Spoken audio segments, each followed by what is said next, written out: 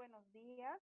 El día de hoy vamos a ver el tema urgencias y emergencias gastrointestinales en pediatría.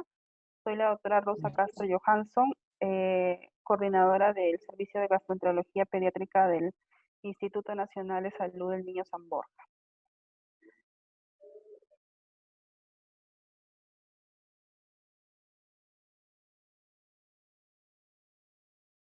Dentro de los tópicos que se va a tocar el día de hoy se encuentra ingesta de cuerpos extraños, ingesta de cáusticos y hemorragia digestiva alta. Ya. Ingesta de cuerpos extraños.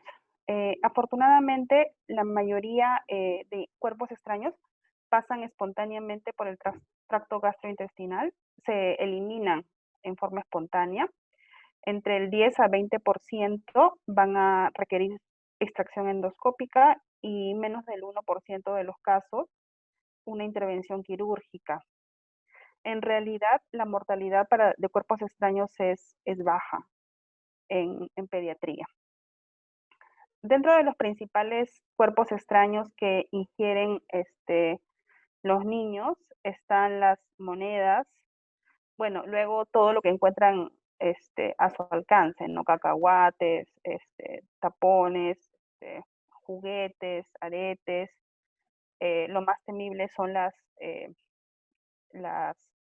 baterías, ¿no? Las pilas alcalinas, también comida, etcétera. Hay que tener en cuenta que a diferencia de los adultos, estas ingestas son accidentales y como había mencionado, se encuentran, por ejemplo, las baterías, que son las pilas alcalinas, objetos punzocortantes, monedas, impactación de bolos alimentarios, polímeros superabsorbentes, imanes, etc. Hay que tener en cuenta que hay zonas anatómicas donde hay estrechamiento fisiológico y es ahí donde se impactan generalmente los cuerpos extraños, ¿no? Como podemos ver acá en la gráfica, acá en esta zona generalmente, y acá y bueno, en esta zona también. Los niños que tienen malformaciones, atresia esofágicas, estenosis esofágicas, alguna cirugía gastrointestinal previa, tienen más riesgo de tener una impactación por un cuerpo extraño. La clínica es muy variada. Va desde pacientes asintomáticos hasta el babeo, rechazo a los alimentos, estridor, dolor torácico, sibilancias. Algunos se complican y van hasta dificultad respiratoria. Puede haber también dolor abdominal, irritabilidad y cuando ya está un poco complicado también fiebre, ¿no? Es muy inespecífico.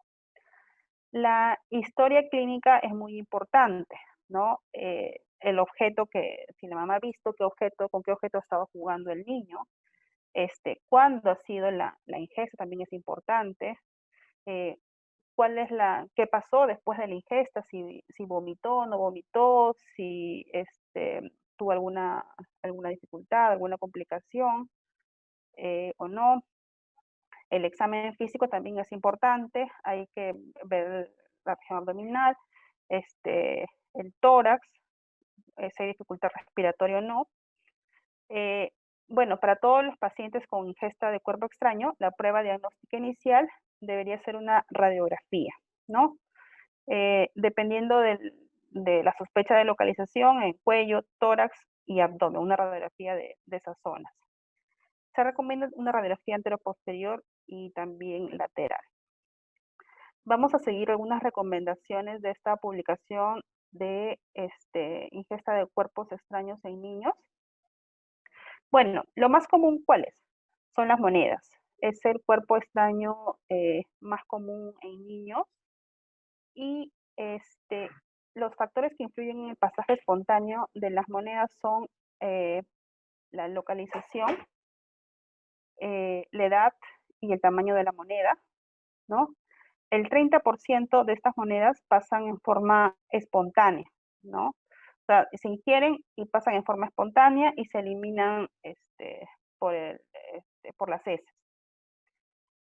Los niños que presentan ingesta de monedas sin complicaciones, por ejemplo, tenemos a una moneda única, que tiene menos de 24 horas de ingesta, sin historia de patología esofágica, de enfermedad esofágica, sin historia de cirugía previa, sin síntomas respiratorios evidentes, pueden ser observados 12 a 24 horas antes de realizar algún procedimiento invasivo. No necesariamente, si el niño está asintomático, no necesariamente tiene que ser extraída la moneda en ese momento. No, se tiene que evaluar varios factores. Las monedas que miden más de 23.5 milímetros son más probables que se impacten, particularmente en niños menos de 5 años. Y esta es la zona donde se impactan más frecuentemente. Estas monedas que ya son grandes, ¿no? Mayor de 25 milímetros, probablemente no van a pasar tampoco el píloro, ¿no? En los niños más pequeños. Bueno, se dice que cuando está localizada en esófago y produce síntomas, la moneda o el objeto extraño tiene que ser extraído de manera endoscópica, ¿no? Dentro de las 24 horas para reducir la incidencia de complicaciones. Los niños que tienen síntomas con dificultad para deglutir la saliva, salivación, dificultad respiratoria, requieren su extracción. Cuando ya la moneda ha pasado a estómago o intestino delgado y el niño está asintomático, puede ser solamente observado. Este es un algoritmo, ¿no?, de manejo para ingesta de monedas.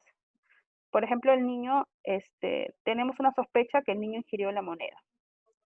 Se le realiza siempre una radiografía, ¿no?, para ver la localización probable de la moneda y, bueno, se estima también el tiempo de duración y sobre todo se observa si es que es una moneda o no, o es otro objeto, ¿no? Hay que distinguirla de las pilas alcalinas. Entonces, tomamos la radiografía y está en esófago, ¿no? Entonces vemos, han pasado más de 24 horas. Si la ingesta ha sido mayor de 24 horas, pues hay que llamar al gastroenterólogo para que lo pueda extraer. Si ha sido una ingesta reciente de 2 horas, hay que preguntarnos, ¿tiene síntomas como dificultad para respirar, babeo, vómitos, dolor, alguna de esas cosas? Si tuviera o no esos síntomas, hay que extraerlo en forma endoscópica. Si no tiene los síntomas, el niño está tranquilo, no hay nada, la literatura dice que podemos manejarlo en NPO y solamente observar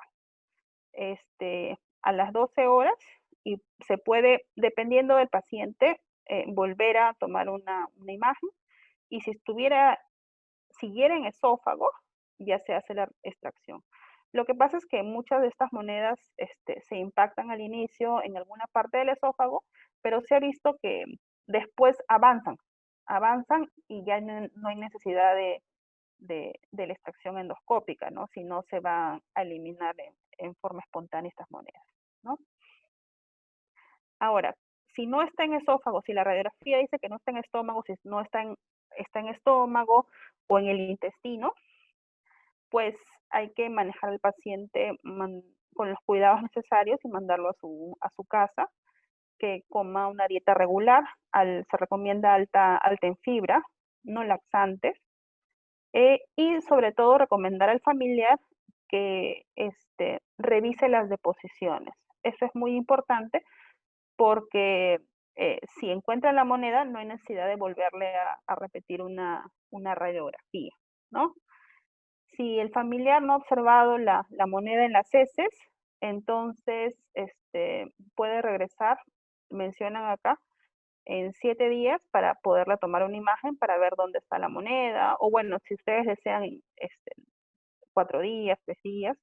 Si se mantiene en el estómago esa moneda, después de más 3 semanas, 4 semanas, ahí sí se indica la extracción porque ya al parecer la moneda no va a pasar el pilo. Esto es muy importante porque esta es una emergencia en el caso de que la pila esté impactada en alguna estrechez esofágica, ¿no? La pila alcalina. La pila alcalina tiene puntos de descarga, produce necrosis por presión, necrosa los tejidos alrededor donde está el objeto. Hay filtración de los contenidos de la batería, formación de metales pesados. En realidad es un desastre. Mientras más tiempo pase la pila impactada, sobre todo en el esófago, va a producir esto. Esta es la pila y va a comenzar a producir necrosis, inflamación, inclusive puede llegar a producir perforación dependiendo del tiempo. Esta es en una imagen donde podemos ver los diferentes tipos de pilas y acá podemos observar que la pila generalmente, como pueden ver acá, tiene un halo. Esto no hay que olvidar. Siempre hay que buscar este halo. Si ustedes ven este halo en las radiografías, generalmente se trata de una pila, entonces la extracción es mandatoria, ¿no? En cambio, las monedas no tienen este halo. Es para distinguir. Entonces, en este algoritmo vemos que se sospecha de una ingesta de pila. Se tiene que tomar de todas maneras una radiografía para observar dónde está la pila, ¿no? Siempre tenemos que ver dónde está el objeto extraño. Si está en esófago, se requiere una extracción endoscópica urgente, generalmente dentro de las 2 horas, ¿no? No importa si ha comido, que el NPO, que la anestesia, lo más importante es extraer la pila, porque mientras más tiempo pase, necrosa toda la pared del esófago. Si la pila está en estómago o intestino, hay que ver si tiene síntomas. Si tiene síntomas, se tiene que extraer en forma urgente. Si no tiene síntomas, hay que ver si el tamaño de la pila. Si es una pila más de 20 milímetros en un niño pequeño, pues hay que observar, ¿no? Hay que observar porque muchas veces la pila llega a estómago y luego pasa al intestino y va pasando en forma progresiva, ¿no? Si se observa, si se monitora, acá sí hay que monitorizar al día siguiente, a los 2 días, para ver dónde está la pila. Si continúa en estómago, pues requeriría una extracción endoscópica, ¿no? En cambio, si es un paciente ya grande, la pila no está, es pequeña, pues se podría vigilar en la casa, con la dieta, tiene que tomar yogur, tiene que comer fruta, diferentes cosas, para que pueda generar el bolo alimenticio y se pueda eliminar en forma espontánea, ¿no? Tiene que buscar el familiar, se recomienda que busque la pila en las heces, y bueno, hay que monitorizar y ver los síntomas que pudiera tener, los signos de alarma, y considerar una radiografía, ¿no? Para ver la evolución, dónde está esa pila. Dentro de las complicaciones de la pila alcalina se encuentran, por ejemplo, a veces producen estas complicaciones que en realidad son muy perjudiciales para el paciente, como son una fístula traqueoesofágica, a veces producen perforación esofágica, estenosis esofágica, parálisis de cuerdas vocales y lesión del nervio laríngeo recurrente, mediastinitis, neumotoras, fístula aortoesofágica. Esto ya es con muy alto índice muy alto índice de mortalidad. Con respecto a los imanes, es importante ver la cantidad de imanes que se ingirió el niño, ¿no? ¿Por qué? Ahora lo voy a explicar. Si solamente se comió un imán, el manejo puede ser expectante, si ya pasó, si no es demasiado grande el imán, y si se sabe que se va a expulsar por las heces. Ahora, si son más de 2 imanes, el problema es que estos imanes se van a atraer, ¿no? Y el contacto entre estos imanes puede producir necrosis por presión, puede producir una fístula, obstrucción intestinal, inclusive perforación, ¿no? Porque los 2 imanes se atraen cuando generalmente están en el tracto gastrointestinal, en el intestino, y puede producir todas estas complicaciones. Si múltiples imanes están localizados en el esófago o estómago, deberían ser removidos endoscópicamente, incluso si el niño está asintomático, porque después pueden venir las complicaciones cuando el imán va más abajo, ¿no? Y si son múltiples imanes localizados más allá del estómago, o sea, en el intestino, y si tienen síntomas, pues tiene que ser evaluado por el cirujano pediatra para poder ver una conducta probablemente quirúrgica, ¿no? O descartar un cuadro de perforación, obstrucción, etc. El siguiente tema es ingesta de cáusticos. En esta pandemia, pues puede aumentar un poco la ingesta de cáusticos en los niños, porque todos están pendientes de las sustancias para desinfectar, bueno, y muchas veces lamentablemente lo ponen al alcance de los niños. ¿Qué son los agentes cáusticos? Son aquellas sustancias que producen quemaduras en el tejido en el cual se ponen en contacto. Generalmente en los niños se producen en forma accidental, en el 80% de los casos.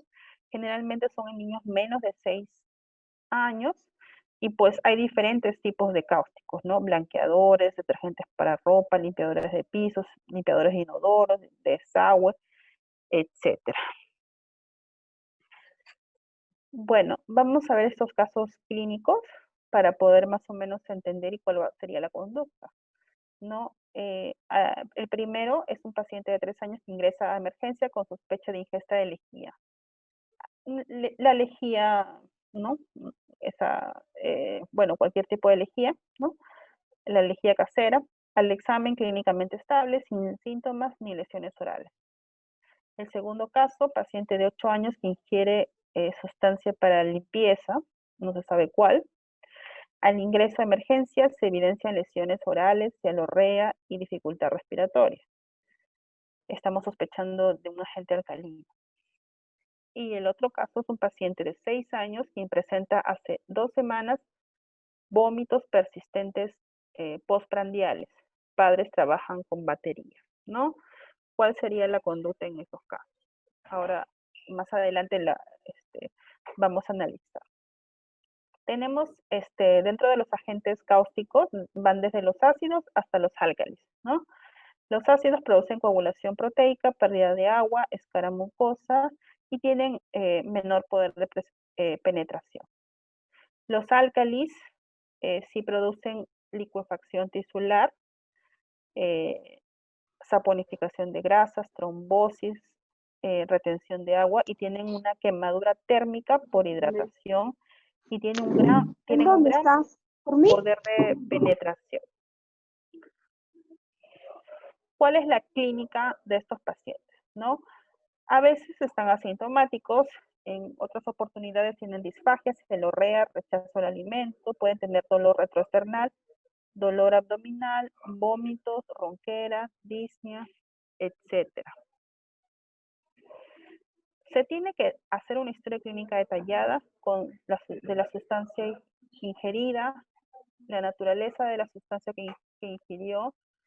Se le tiene que pedir al familiar que traiga el frasco de qué es lo que ingirió para ver el componente, el pH. Hay que preguntar cuánto más o menos ingirió, etcétera. Y bueno, hay que hacer un examen físico cuidadoso, ¿no? Hay que ver si tiene lesiones orales y sobre todo qué cosa ha ingerido y si de verdad ha ingerido, porque a veces solamente la mamá ha pensado que ha ingerido y no ha ingerido nada. Entonces, bien, volviendo al caso, el paciente de 3 años que ingresa a emergencia con sospecha de ingesta de lejía, y el niño está tranquilo, sin síntomas, no hay nada en la boca.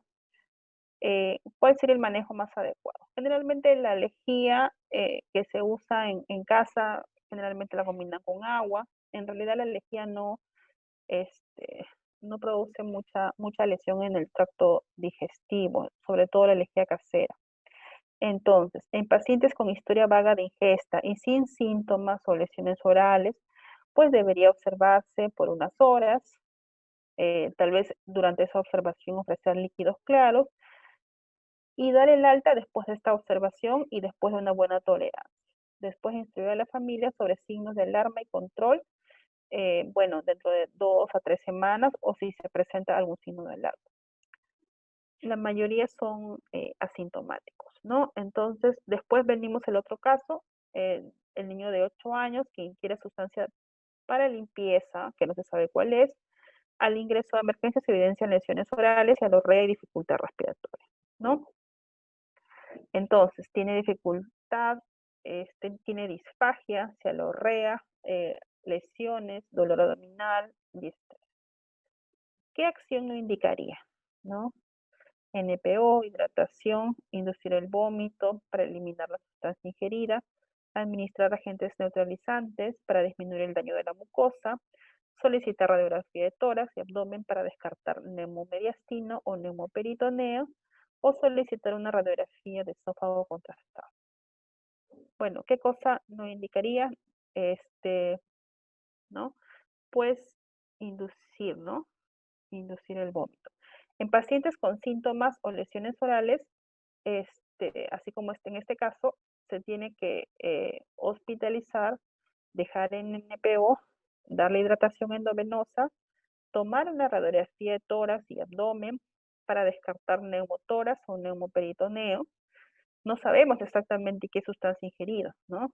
Hay muchos agentes cáusticos industriales que en realidad son fatales y pueden producir mucha necrosis en la pared del esófago o del estómago. Hay que tomar una radiografía cervical lateral en caso de ronquero o estridor. En caso de necesitar estudio contrastado, se recomiendan las sustancias hidrosolubles, ¿no? Los vómitos no deberían ser inducidos para evitar la reexposición al material cáustico. No se deben los niños administrar carbón activado debido a que no absorbe el agente cáustico e interfiere con la endoscopía. Los agentes neutralizantes deberían ser evitados ya que podrían causar injuria secundaria a reacción exotérmica. No se recomienda tampoco diluir con agua o leche, darle cosas, no, eso no, porque puede incrementar la presión intraluminal del estómago del niño y puede provocar vómitos. Y al momento de regresar la sustancia corrosiva que ya está en el estómago, daña peor todo el esófago, ¿no? Hay que evitar también colocar una sonda nasogástrica ciega, porque para evitar el riesgo de la perforación. Se coloca la sonda si es que se hace una endoscopía durante la endoscopía. Más o menos esta es la evolución de lo que pasa cuando uno ingiere un cáustico, ¿no? A los 1 a 4 días hay necrosis, inflamación. A partir del 5.º día hay desprendimiento de la piel, granulación. Y a partir del día 11, del día 12, hay consolidación, inflamación y pudiera haber estenosis, ¿no? Y de acuerdo al inicio, los niños vienen con disfagia, orinofagia, o sea, no pueden ingerir alimentos, les duele, dolor torácico, disnea, pueden haber vómitos y estematemesis. Cialorrea con lesiones orales, taquicardia, estridor, ronquera, shock. Cuando ya pasaron ya más o menos unas 2, 3 semanas, puede haber disfagia, pues porque hay una estenosis. Como hay una inflamación importante del esófago, pues se cierra la luz del esófago. Y esto es por la fibrosis, la consolidación de la inflamación. Y eso puede producir estenosis. Por eso es que producen disfagia. No pueden pasar sus alimentos, ¿no? Bueno, volviendo al caso, el paciente es conectado a ventilación mecánica, tiene radiografía de tórax con sospecha de neumomediastino. ¿Qué no recomendaría? Primero, realizar endoscopía lo antes posible para determinar el grado de la lesión. solicitar una tomografía de tórax para evaluar el daño esofágico, diferir endoscopía hasta confirmar presencia de neumomediastino, evaluación por servicio de cirugía de tórax, ¿no? A ver, no todo es endoscopía, ¿ya? Para la endoscopía hay también contraindicaciones, ¿no? Si el paciente tiene ¿cuáles son las contraindicaciones? Si tiene el paciente un distrés respiratorio severo, si tiene una perforación o sospecha de perforación de víscera hueca, ¿no? Porque al uno hacer endoscopía está insuflando aire y presión dentro de la cavidad, ¿no? De la vía digestiva. Entonces, si una tiene una pequeña perforación, al poner aire y al poner presión, pues podría aumentar esa perforación, ¿no? También está contraindicado cuando hay shock, inestabilidad hemodinámica. El cuarto punto es controversial, ¿no? Como había mencionado al inicio, hay inflamación y todo, pero después de las 48 a 72 horas viene la etapa de granulación. Entonces es la etapa donde hay más riesgos de perforación. Entonces ya no, se dice que ya en esta etapa realizarle una endoscopía ya no sería prudente realizarlo, ¿no? Porque podríamos generar una perforación, ¿no? Sobre todo en el esófago. Con respecto a los antibióticos, bueno, estarían indicados en las quemaduras graves, grado 3, microabscesos en la pared esofágica, los pacientes que tienen signos de perforación, con pacientes con fiebre persistente, con sospecha de bacteriemia o neumonía aspirativa. Si se usan corticoides, los corticoides, hay una controversia en el uso de corticoides, pero si se usan corticoides, podría usarse también combinado los antibióticos. El uso está justificado en lesiones severas de toda la pared, ¿no? Por el riesgo de la perforación. Se usa también en profilaxis para una dilatación esofágica, pero no respalda su uso rutinario. O sea, no vamos a darle antibióticos a todos los pacientes que tengan ingesta de una sustancia cáustica, ¿no? También se usan los inhibidores de la bomba de protones para reducción de la acidez, protege la cicatrización de la mucosa esofágica y reduce la formación de estenosis, porque el ácido combinado con la mucosa inflamada puede producir un poco de estenosis, ¿no? El sucralfato es como un gel viscoso citoprotector que se adhiere a la úlcera, tapizándolo, protegiéndolo de acción corrosiva con el jugo gástrico. El uso de nistatina, bueno, es controversial. Dentro de lo que son las sondas nasogástricas, ¿se le coloca o no se le coloca? Pues no se le coloca ciegas.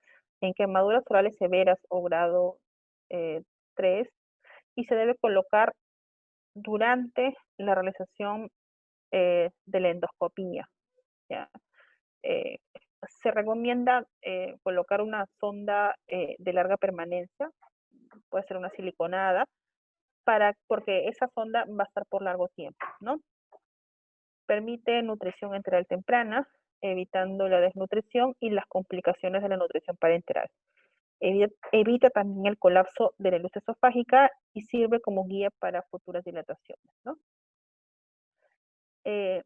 Ahora, colocar una sonda también puede ser que genere un poco de reflujo, ¿no?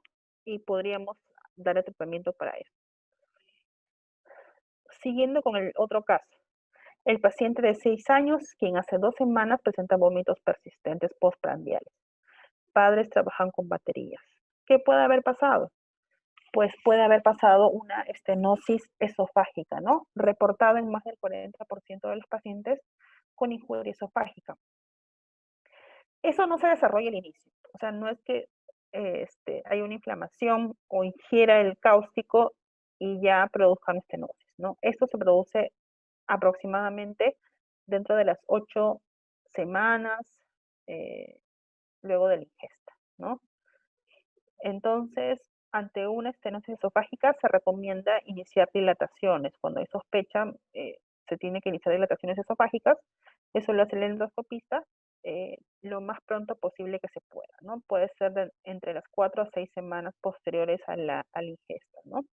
Generalmente esto se diagnostica también con un esofagograma para ver el grado de estenosis, ¿no? Con sustancias hidrosolubles. Algunos estudios mencionan que puede realizarse con seguridad tan temprano como 5 a 15 días después de la ingestión sin incremento de las complicaciones, ¿no? Pero generalmente se hacen a partir de las 4 a 6 semanas posteriores a la ingesta. Finalmente, vamos a ver el tema de hemorragia digestiva alta, ¿no? Esto es importante, ¿no? Las mamás vienen muy preocupadas diciendo, tienen sangre en las heces, pero hay que ver si es realmente sangre o no es, o no lo es, ¿no? Hay muchos colorantes de alimentos, ¿no? Que pueden simular heces con sangre, vegetales, remolacha, algunos fármacos, pueden confundirse con hematoquesia. Preparados de hierro, espinacas, chocolate, jugo de uva, pueden simular melena. También en el recién nacido, obviamente cuando deglute sangre materna, ¿no? Por las grietas que pudiera haber en el pezón de la mamá. Hay en lo que es la prueba del guayaco, el TB, ¿no? Hay falsos positivos porque el paciente, por ejemplo, consumió carne cruda, cerezas, tomates, nabos, etcétera, ¿no? Hay que revisar siempre la boca porque a veces hay lesiones que pueden producir, eh, eh, o sea, lesiones que pueden sangrar y se pudiera pensar que el paciente tiene una hemorragia digestiva alta y simplemente es la sangre deglutida, ¿no? También por epíxtasis, por ejemplo, ¿no? Hay que ver si tiene epíxtasis y simplemente está deglutiendo la sangre que sale de la nariz, ¿no? Hay diferentes conceptos en hemorragia digestiva. Una es hematemesis, que es una sangre expulsada por la boca, vómito, ¿no? Esto indica que la lesión está antes del ligamento de Treis, una hemorragia digestiva alta. Melena son deposiciones negras, malolientes, como brea, ¿no? Generalmente se pone negra porque permanece por la digestión en el tracto gastrointestinal, ¿no? Hematoquesia, ¿qué cosa es? Deposiciones de sangre eh, generalmente roja, fresca, brillante, que aparece en la defecación, puede ir mezclada con la defecación. Y rectorragia es emisión de sangre por el ano de forma aislada con las heces, ¿no? La melena, cuando ya hay una melena importante, indica pérdida importante de sangre, ¿no? También puede asociarse a vómitos de sangre, ¿no? Rojo, rutilante o como café molido. El sangrado, cuando hay un sangrado masivo, no necesariamente va a salir de color melena, ¿no? Puede salir también rojo vinoso o rojo brillante rectal, ¿no? Porque ya no hay tiempo de que se ingiere esa sangre y simplemente se elimina así como está. ¿Cuáles son las causas de hemorragia digestiva alta según grupo etario? En neonatos puede ser sangre materna deglutida, como ya habíamos visto, déficit de vitamina K, gastritis por estrés, úlcera, anomalías congénitas, duplicación intestinal, anomalías vasculares, coagulopatía, infecciones, falla hepática, causas hematológicas. Alergia a la proteína de leche de vaca también podría provocar, ¿no? Un niño sano.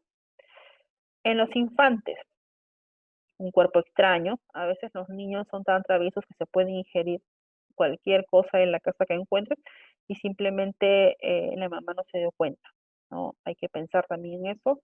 Síndrome de Mallory-Weiss, hay que ver si ha estado vomitando el niño en forma constante. Gastritis, úlceras, hay que ver historia de ingesta de AINES, Si el paciente es un paciente que está en UCI, que está con múltiples medicinas, críticamente enfermo, tiene todo el derecho de hacer una úlcera por estrés. Hay que ver si tiene esofagitis, ingesta de cáusticos, ver si es sospecha de varices, ¿no? En un paciente con signos de cirrosis, por ejemplo. En caso de los niños y adolescentes, síndrome de Mallory-Weiss, gastritis, úlceras, esofagitis, varices, etcétera. Estas son imágenes de un esófago con varices esofágicas y podemos ver acá el sangrado, ¿no?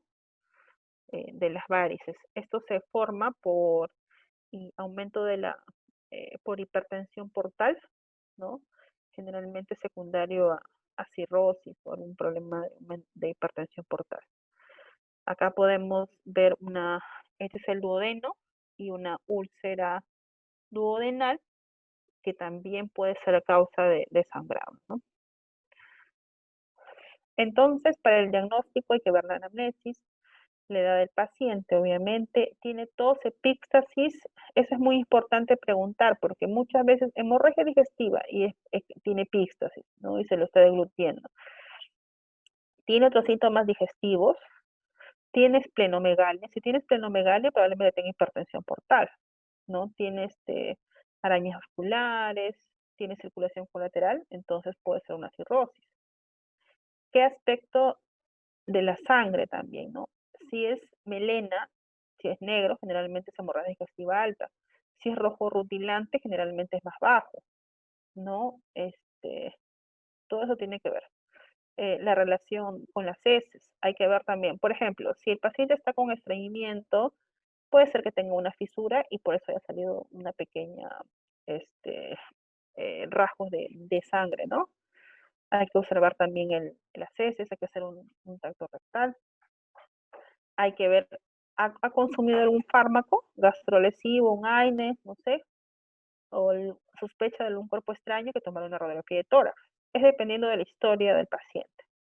¿Qué ingesta de fármacos, alimentos, aditivos, colorantes alimentarios, etcétera, ¿no? Tiene una enfermedad digestiva, ha sido operado de algo, tiene una hepatopatía, etcétera, ¿no? Tiene síntomas extradigestivos, antecedentes familiares, ¿no? Todas esas cosas son importantes para establecer más o menos el diagnóstico del origen de la hemorragia digestiva alta. Dentro de la exploración física hay que hacer una valoración hemodinámica, hay que ver la piel, tiene coloración o lesiones cutáneas, exploración nasofaringia para ver si tiene epíxtasis o está sangrando por una de esas zonas. Hay que ver si tiene visceromegalia, hepatoesplenomegalia, masas, distensión, dolor. Hay que ver simple anito, ¿no? Entonces, la endoscopía sí sirve para el diagnóstico y tratamiento de la hemorragia digestiva alta y bueno, es de fácil posibilidad de intervención, ¿no? Es diagnóstica y pudiera ser como intervención también. Ahora, establece el sitio y la causa del sangrado, porque es objetiva en ese momento, pero hay que tener en cuenta algo, ¿no? La tasa de complicaciones endoscópicas de emergencia es 4 veces mayor que una endoscopía electiva, ¿no? Hay que sopesar riesgo-beneficio si en ese momento requiere o no requiere de emergencia una endoscopía, ¿no? Muchas veces lo mejor es estabilizar al paciente, pasarle, no sé, dependiendo de lo que tenga, sus hemoderivados o estabilizarlo, perfundirlo bien, prepararlo de forma adecuada y hacer una endoscopía electiva para que vaya mucho mejor el paciente. La angiografía convencional no se indica de rutina. Se indica generalmente, o también se utiliza la gamografía, en los casos de difícil diagnóstico de recurrencia de hemorragia gastrointestinal superior, y es mejor en pacientes en los que la hemorragia es grave y activa, ¿no? Por ejemplo, es eficaz en la demostración de lesiones no sangrantes al momento de la evaluación, como en malformaciones vasculares, telangiectasias, hemangiomas, etc., ¿no? Entonces, como había mencionado, los objetivos del manejo de una hemorragia digestiva alta es la resucitación hemodinámica, cese del sangrado, prevención de futuros episodios de hemorragia digestiva. Hay que hacer una reanimación hemodinámica, una historia clínica rápida, evaluación de signos vitales y buscar sitios de acceso venoso seguro, ¿no? Esta es la clínica según grado de hemorragia, ¿no? Grado 1, grado 2, grado 3, grado 4, sí, y el porcentaje de pérdida de sangre, por ejemplo, la presión arterial, la frecuencia cardíaca, frecuencia respiratoria, diuresis, el llenado capilar y el nivel de conciencia. Todo eso nos puede hacer predecir de qué porcentaje de sangre está perdiendo el paciente, ¿no? Hay que mantener primero la estabilización hemodinámica, mantener una adecuada oxigenación, insertar 2 vías endovenosas o CBC, hay que hacer pruebas de laboratorio cruzadas, hay que darles si es solución salina, el 20 cc por kilo, bueno, etcétera, ¿no? Transfusión de paquetes si lo requiere. Por ejemplo, en los pacientes, si se sospecha de una hipertensión portal, se sospecha de una cirrosis con varices esofágicas sangrantes, pues no es muy recomendable transfundirlo porque puede incrementar la presión de las varices y puede sangrar más, ¿no? Hay que tener en cuenta muchos factores, ¿no? Transfundir solamente cuando sea necesario y ver cuál fue la causa más o menos de la hemorragia, ¿no? Uno puede darse cuenta más o menos de qué paciente estamos hablando. Un paciente sano que tuvo dolor, un evento y consumió muchos AINES, probablemente sea una úlcera, ¿no? Una úlcera por estrés. Un paciente adelgazado, más o menos ictérico, con telangiectasias, con circulación colateral, hepatoespleno, pues nos hace pensar que es un paciente con cirrosis, ¿no? Y que probablemente el sangrado sea por ruptura de varices esofágicas. Eso sin tener ningún laboratorio a la mano, ¿no? Solamente haciendo una historia clínica y examinando al paciente. El lavado gástrico con sonda es controvertido dependiendo de cuál podría ser la causa. Si a veces se utiliza como diagnóstico, pero en el caso, por ejemplo, de sospecha de varices esofágicas, pues está contraindicado, ¿no? Porque pudiera producir un daño en esa zona. Sí está indicado la supresión ácida con inhibidores de bomba de protones, generalmente el omeprazol.